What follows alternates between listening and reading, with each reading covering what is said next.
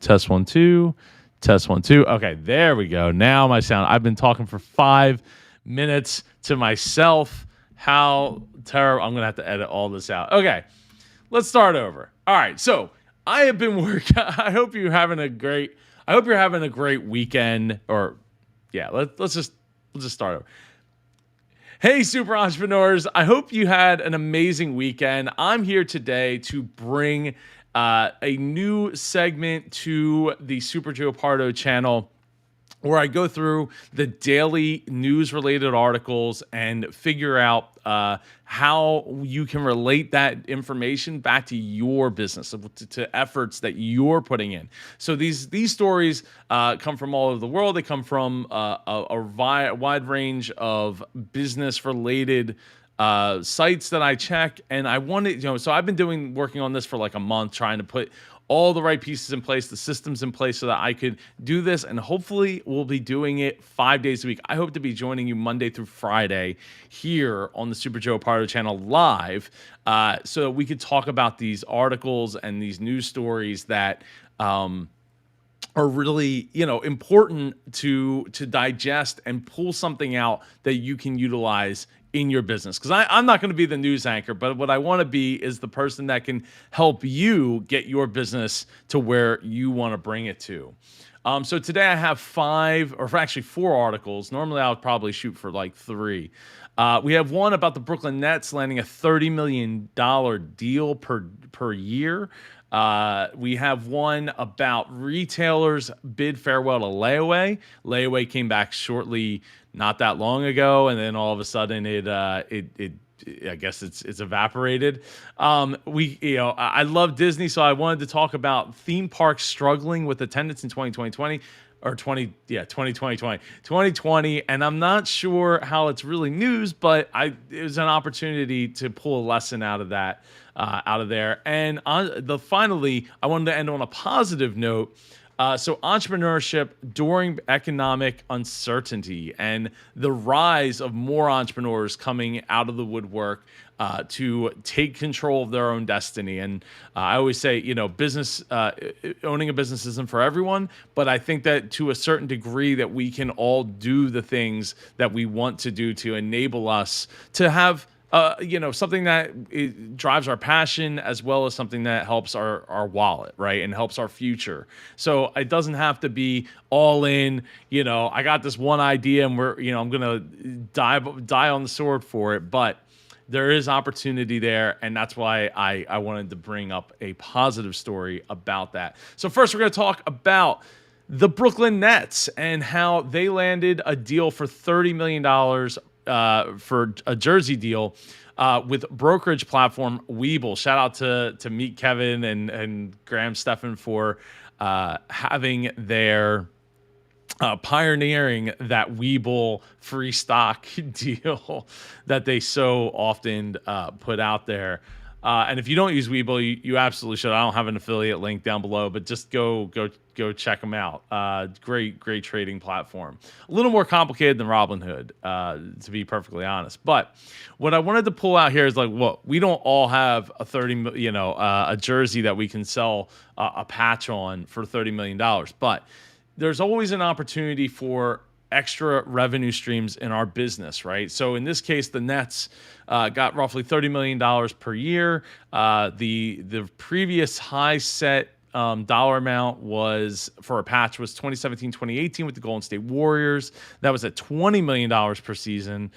And so Webull just thinks that it's worth that. They replace Motorola, who was on the Brooklyn Nets apparently jerseys, which had a 1-year deal with the Nets for it doesn't say how much that deal was for, but they said it made up, which cost teams, or the pandemic cost them 40% of their revenue, because they couldn't have fans in the stands. So when you look at, let's see, his quote says, when you look at what Webull is doing with democratizing access to the financial markets to a younger generation of investors, that lines up well with our younger fan base. We have very similar DNAs in terms of our customers and cultures of our companies.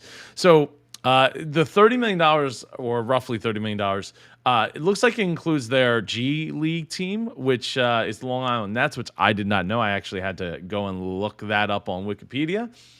And so I think that's really smart to like get creative of like, okay, we have X amount of dollars we need to generate, right? And we're not quite sure how we're going to get there. We have a huge financial setback. What can we do to mitigate that, right? Maybe it's not just about just the patch here, but then you're like, hey, let's throw in the G League. Let's roll in something else. So you start looking at your business and like, okay, how do we generate another revenue stream? Is there someone we can partner up with? Is there an event that we can have? Is there something else that we could do to generate that revenue that we might be losing through the pandemic, through the last 18 months of this? So you look at what the Brooklyn Nets have done. I mean, they, obviously other teams have done this in other countries. Other sports do this a lot. They get the sponsorship. They put the stuff on. What's up, Super Denny Decoy? Good to see you here. So there's opportunity for you to figure out like, what else can I do? What else can I offer? And once I figure out what can I offer, how can I plus that up to make it worth the maximum amount of money? So like I do this with sponsorship decks all the time, partnership decks for my events. It's like, what else can I add that doesn't take away? Like for them, it's going to add a minimal cost to those jerseys to add, like probably like $1 to $2 to add that patch, right? Maybe, something to that effect per jersey. But they're going to get $30 million in ad revenue, or in revenue. Well, technically ad revenue out of it. So I think it's just, I want you to think like, what can I do to add another opportunity for my business? And yeah, so that's what you need to be thinking about when it comes to what can I do to add another level of revenue. So now let's talk about retailers bidding farewell to something that just came. I feel like it was not that long ago that layaway came back around.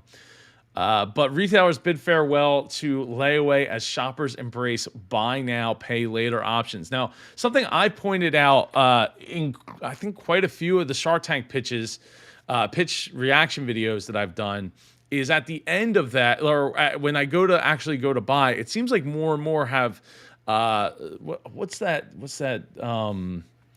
financing option. I keep wanting to say Square, but I know it's not Square, but it's like, hey, you're going to get it now, and you pay for, they're taking care of financing for it, and you pay in six easy payments or 4 easy payments of blah, blah, blah, and it'll be yours.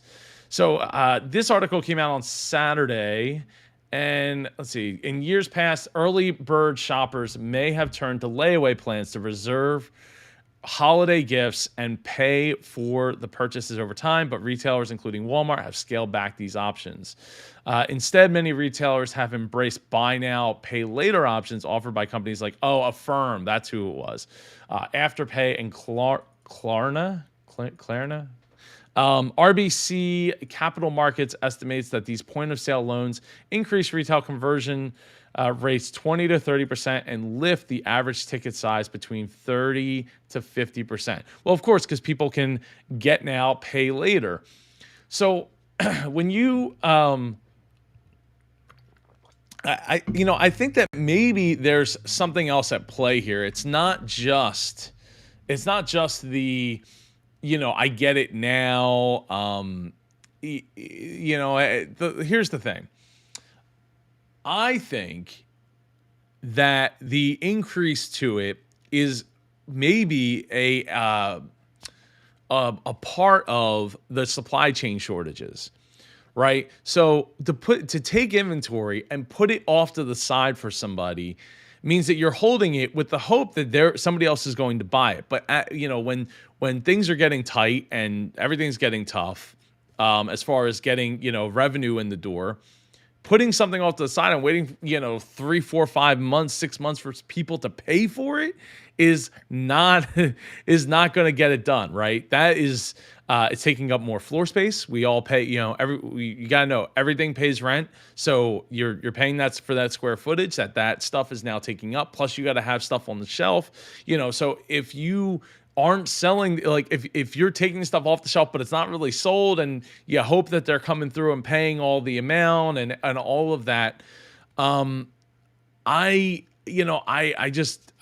think it makes more sense to like, let's find other alternatives, right? And that's where like things like Affirm, has come into play with so many of those websites, those Shark Tank business websites have been, right? So I really think that it's a good idea that, if you haven't already figured out how to get some kind of financing for your customers, go look at Affirm, go check out their website, go see what they have to offer for that.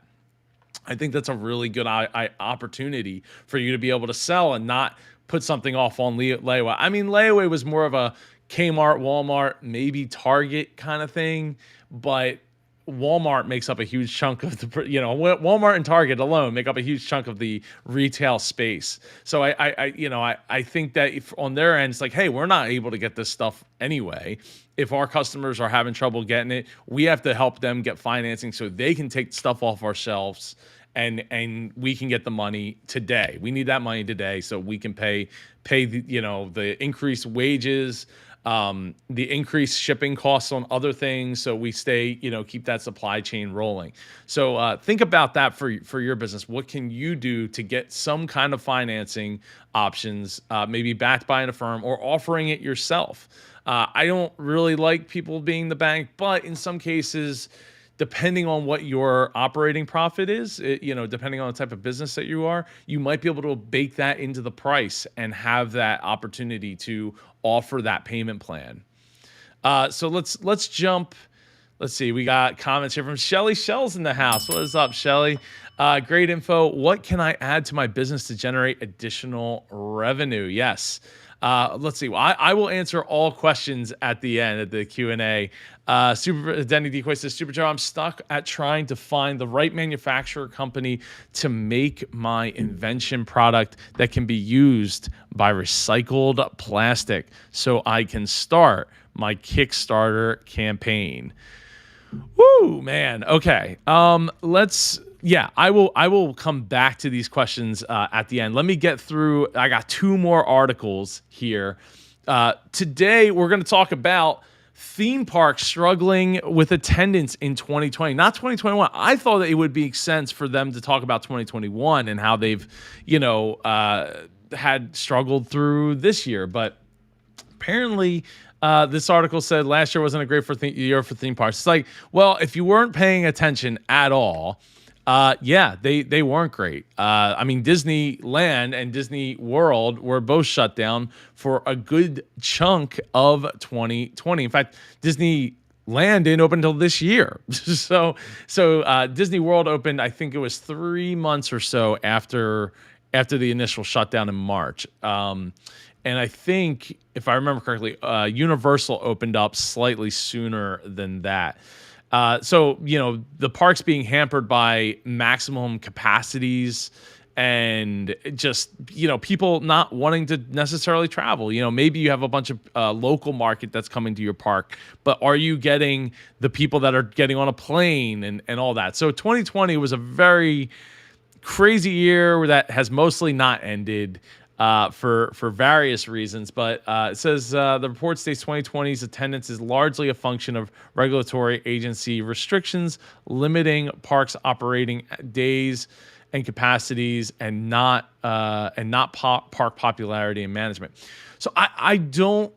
So look, I'm very much in tune with what Disney and Universal do at their parks. I listen to a couple different podcasts and a couple different resources talking about their businesses, because I'm always interested in like what they got going on. And it's not just it wasn't just about regulatory agency restrictions, because Disney limited their own stuff, and they have continued to not necessarily go by what their state restrictions are when it comes to Florida and Disney World, not necessarily Disneyland.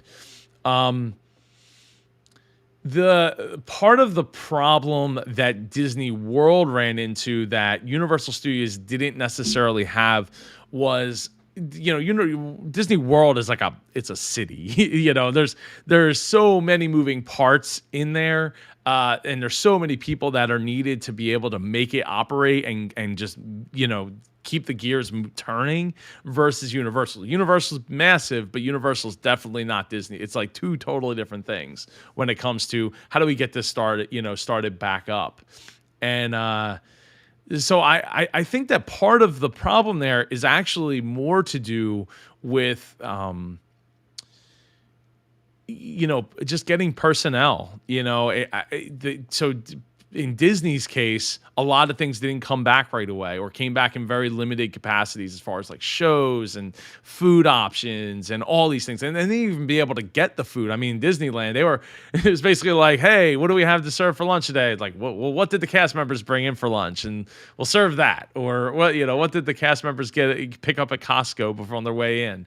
Chicken nuggets. All right, it's a chicken nugget kind of day. It's like, these are the kinds of constraints that they have been operating through. And when it comes to your business and looking back and saying, well, have I or we been operating at 100% capacity the way that we could be or should be, or what has played a role in it? Like I said, I think that this report is a little unjust, in the sense that they definitely have staffing shortages, bus driver shortages, hotel staff shortages, food prepper shortages. So I don't think that this is totally the full picture. But I want you to think about, okay, well, what has been the problem, and identify it so that we can say, okay, how can we go around that problem? What can we do differently? What could I offer that's differently to generate another revenue source, right? And Disney has sort of figured some of that out, right? They went through and they changed up their annual passes, right? So they have these tiered annual passes. They think they used to have like 3 or 4, and now they have like 7. They've tempered some of the offerings that they have because of the shortages, and enabled them to reduce costs in some ways. So just think about all these things, every aspect of your business, when you're like, how can I get through the problem that we have right now? Like when these are the things that are happening, what can I do to get through that? What can I do to go around that? Whatever it takes to make that happen is what you need to be looking at. So, identify the problems, identify the shortcomings, so you can start to figure out the ways around them, rather than just having them in the back of your mind. They weigh you down, they slow you down. It's not healthy, and it's not going to help get you where you want to be. So finally today, I want to talk about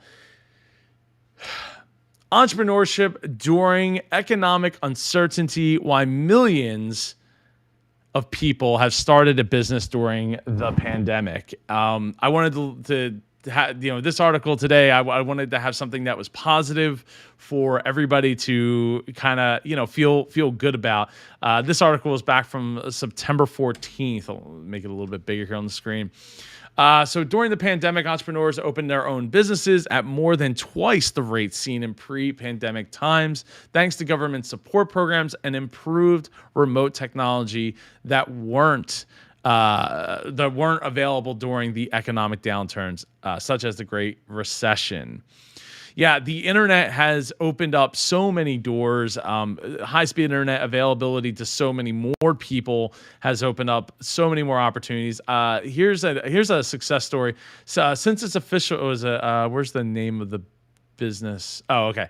Since its official launch in August 2020, LoungeFit has made $35,000 in sales and acquired over 105,000 followers on TikTok. In November, Smith posted a how-to video for those looking to start their own clothing brand. The post helped bring in $3,000 in sales in one day and now has 370,000 views and nearly 65,000 likes.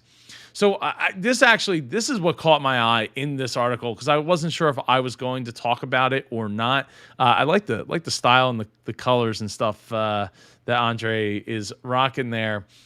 But something that I think is important to recognize is that in our business, likes and shares and views don't necessarily equate to huge life-changing numbers, right? So in this case, he did one post and made $3,000 in sales, and it got him 370,000 views, 65,000 likes, which is awesome, right? But I would say that if you're looking at somebody else and you're saying, hey, you're getting all these views and you're getting all this attention, is it bringing in enough? Now, if every post he does hits that $3,000 mark, well, start posting every single day and you got yourself a really crazy, business.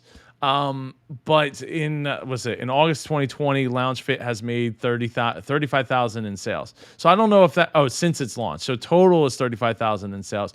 So I think what Andre needs to do there is he needs to go back, look at what made that post go so far, right? It's on TikTok. I mean, it's a lot easier to go on viral on TikTok than it is on almost any other platform because of the nature of how fast, each video is, and you're just moving and moving and moving. But I think when you're just, I want you to put your, I don't want to say skeptical cap, but I want you to put your thinking cap on when it comes to your thinking cap on when it comes to whether or not these posts, these views, these likes are translating to enough business. Because I would say probably not. 35,000 is great, but I also wonder, did Andre already have some kind of following prior to starting that? To have people that already know, like, and trust him and want to go and get in to what he's doing. It is not easy to produce something that people will share. It's not easy for something to produce something that will get that widespread hit out there. But I applaud Andre for going in and doing it. And here you go to echo everything I just said, because I didn't honestly fully read the article, but honestly, it's been an absolute roller coaster ride. But I wouldn't change it for anything, honestly, because to come from where I came from and to build something like this is a dream for a lot of people. Ding, ding. I mean, creating your own clothing line is not easy. I mean, look, I'm rocking the super entrepreneur stuff. You can go to shopsuperjoe.com to go get your hats and t-shirts and I have more hats and designs coming and books, signed copies of my book. But I just think that we just need to make sure that we're putting our expectations in check, right? And expectations of what other people are achieving too. Like, we see the big numbers, like, oh man, I wish I had those big numbers. But in one day that post brought 3,000, and total since last year 35,000, which is a great start to a company that most businesses lose money. Hopefully Andre is keeping his costs super tight so that he's keeping as much of that 35,000 as possible.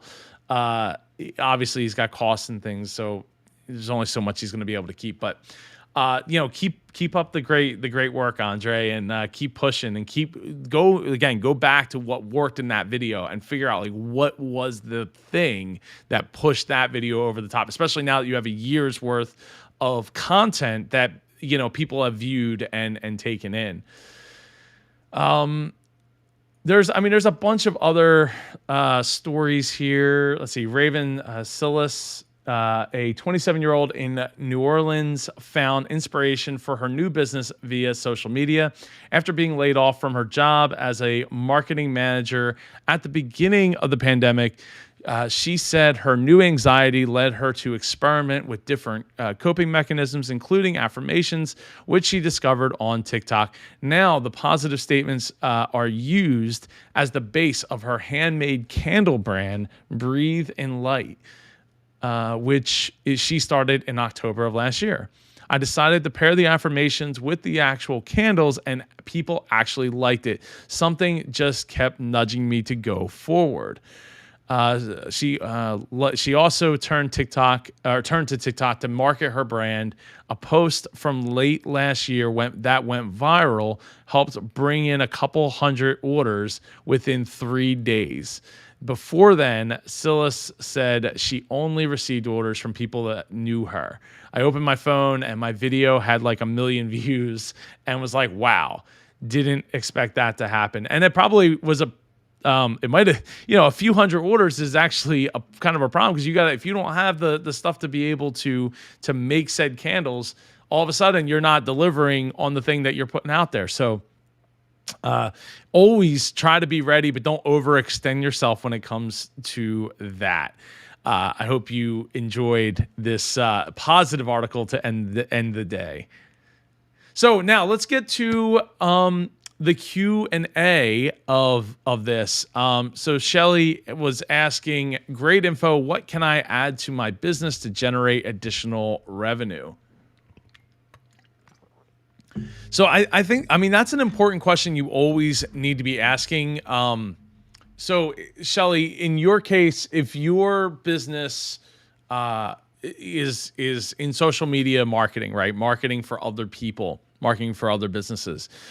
Look in deeper to like first off, what are your competitors offering, right? Are you even offering what your competitors offer? And when you're looking at what your competitors are offering, ask yourself, is this something that I want to be offering? Is this something that I can offer? Is this something I'm trained well enough to offer? Or do I need to hire outside of my expertise to be able to either learn it so I can provide it, or hire to have other people do it for me? So these are things that you want to make sure that you're at least offering what your competitors are. If you haven't gone and identified who your competitors are yet, then you probably should go and do that. Just look in your local, start with just your local area. I wouldn't necessarily, depending on your business and who you're trying to target, try to keep it within that area. I wouldn't necessarily go looking too far out. But if you find that, like, hey, I'm offering everything that my competitors in my area that are going after the same potential customers that I am are, then maybe start to look outside, see what people in like across the country are doing, and different markets are doing, what they're offering. And if they're offering the same thing, something else that I would look at doing at that point is where can I niche further in? So if it was, I'm doing social media marketing for small businesses, cool. What are my local competitors offering? Who are they targeting? If they're targeting the exact same people as me, just small business owners, maybe niche in, maybe just go straight for law offices. I'm going to do social media marketing for law offices. And then all of a sudden, like, okay, is there anybody offering that in my area? No? Great. Boom. I'm off to the races. I'm going to go start just picking up the phone and just calling those law offices that need social media marketing, and maybe target some of that. So like do a couple of Google searches, do a couple of Facebook searches, see if they're doing anything with it, see if especially if they had something and it fell off, and they might have that opinion of like, we did it didn't work for us. Just because, what they have might be terrible. I mean, I've seen that. There was one example where a social media company was like, they didn't know what to post for a company. So they started posting about the weather every day. And I'm like, this doesn't really have much to do with what they're like. Nobody cares what the weather is in the wintertime in a place that's supposed to be a summer place. It's, you got to find ways of bringing up the happy memories, and getting people. I think it was like a real estate rental agency down in a warm location, and it's like you need to get people and well, not a warm location. It's a warm location. It's like a shore type of place in the Northeast, right? So it's like get people there when. Or get people to mentally go there, so they're like, hey, you know what? I need to book right now. I need to stay. This needs to stay top of mind today. So that's what I would look at, Shelly. If I was in that social media business, working with business owners, or just one example of like another way to generate that revenue. Look at what the opportunities are from your competitors, and then maybe outside of your competitors. And if it's just too crowded, then maybe you should get really niche and just go after that underserved opportunity in your market.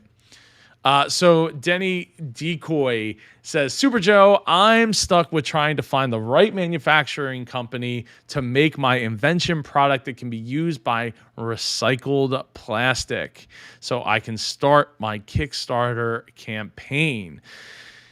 Whoo, Denny. Okay, so when you're looking, I guess let's start first. Where are you looking, right? Are you looking just in your country? Are you looking just in your, like literally anywhere? I mean, I'm not familiar with how difficult it is to use recycled plastic versus non-recycled plastic for opportunities or for manufacturing. But what I am familiar with is manufacturing of metal products and things of that nature from my trucking, my trucking background, right? So my truck parts background. If they're obviously working with recycled plastic is probably not that easy. Just a wild guess, considering most products aren't made from recycled plastic. So you really might have a sticky problem on your hand as far as finding who that manufacturer is going to be. I also don't know if there's. So if this was food, I've been around food processors before where, the problem that they have with anything with peanuts, it pretty much has to shut the line down, clean everything. It's a very intensive process for them to deal with anything that has peanuts in it. So I didn't know if that is part of the problem. Denny, if you could fill me in while I'm speaking here about what other issue or what issue they're having with working with recycled plastic, would be awesome. And he says, yes, only in the USA and Google. Well, that's awesome. Ding, ding. I'm all for keeping manufacturing jobs here in the United States as much as possible. I think it's very important that we be able to manufacture things here long term. I get that there's lots of EPA restrictions and cost of goods, cost of people, insurance, and all these things, but I think as we get closer to, an America that realizes that hey, we need to be able to manufacture this stuff too. There's and the other thing is we're also going to be more, I would think, more apt to care about the environment and how we're producing said factories and what we're producing within the country as far as forever chemicals and things of that nature. So I'm excited to hear something about, being able to create things out of recycled plastic. I forget who it was. Somebody asked in the comments, why aren't plastic bags recyclable and what can we do? And I should have actually, I might actually have one upstairs. I have a gray plastic bag that says it's printed on it this bag is gray because it was made with recycled plastic, which is awesome. And then I got me thinking, is that the reason? Is that all this was about? This recycled bag thing is we can't use make things out of recycled bags because it won't be clear or white. Is that the whole hold up here to not utilize them? Now I don't know what kind of energy cost goes into utilizing to making recycled, plastic or bags that are made out of recyclable bags or recyclable plastic.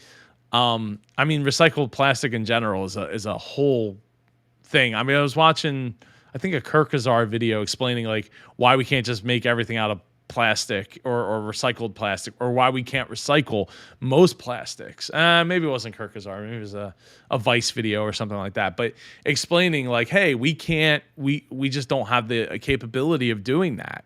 And most of the plastics that we make things out of aren't recyclable. So I'm like, well, why aren't we just making everything out of recyclable plastic or recycled plastic? It seems like it should be an easy thing to fix, but I'm guessing that it must not be, because we probably would have did it already.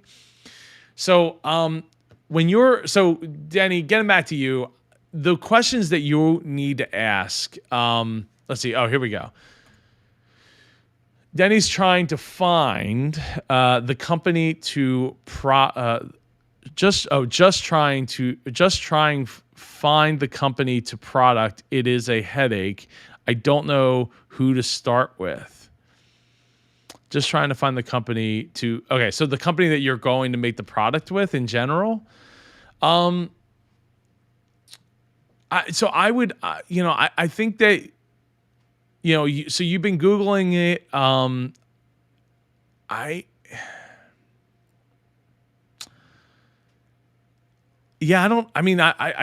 kind of curious as to how many businesses or how many manufacturers there are in America in general that work specifically with plastic, let alone recycled plastic.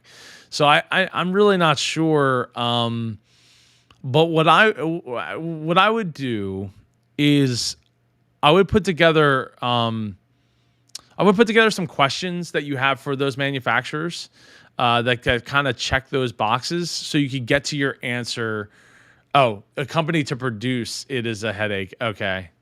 Define the company to produce it as a headache. I don't know who to start with. Yeah, I would, like I said, I would start with by putting some questions together, and then going to as many of those websites that you can find that offer this kind of stuff, and see if you can send some emails out.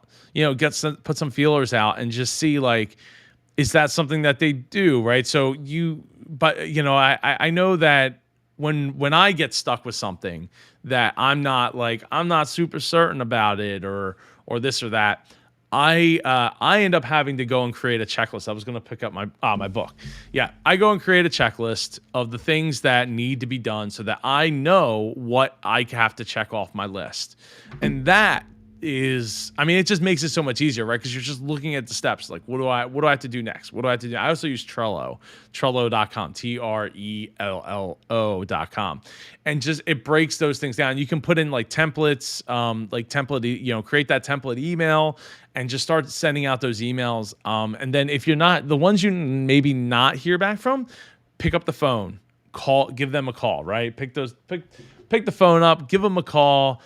See what they got going on. See if it's something that they even are able to take on.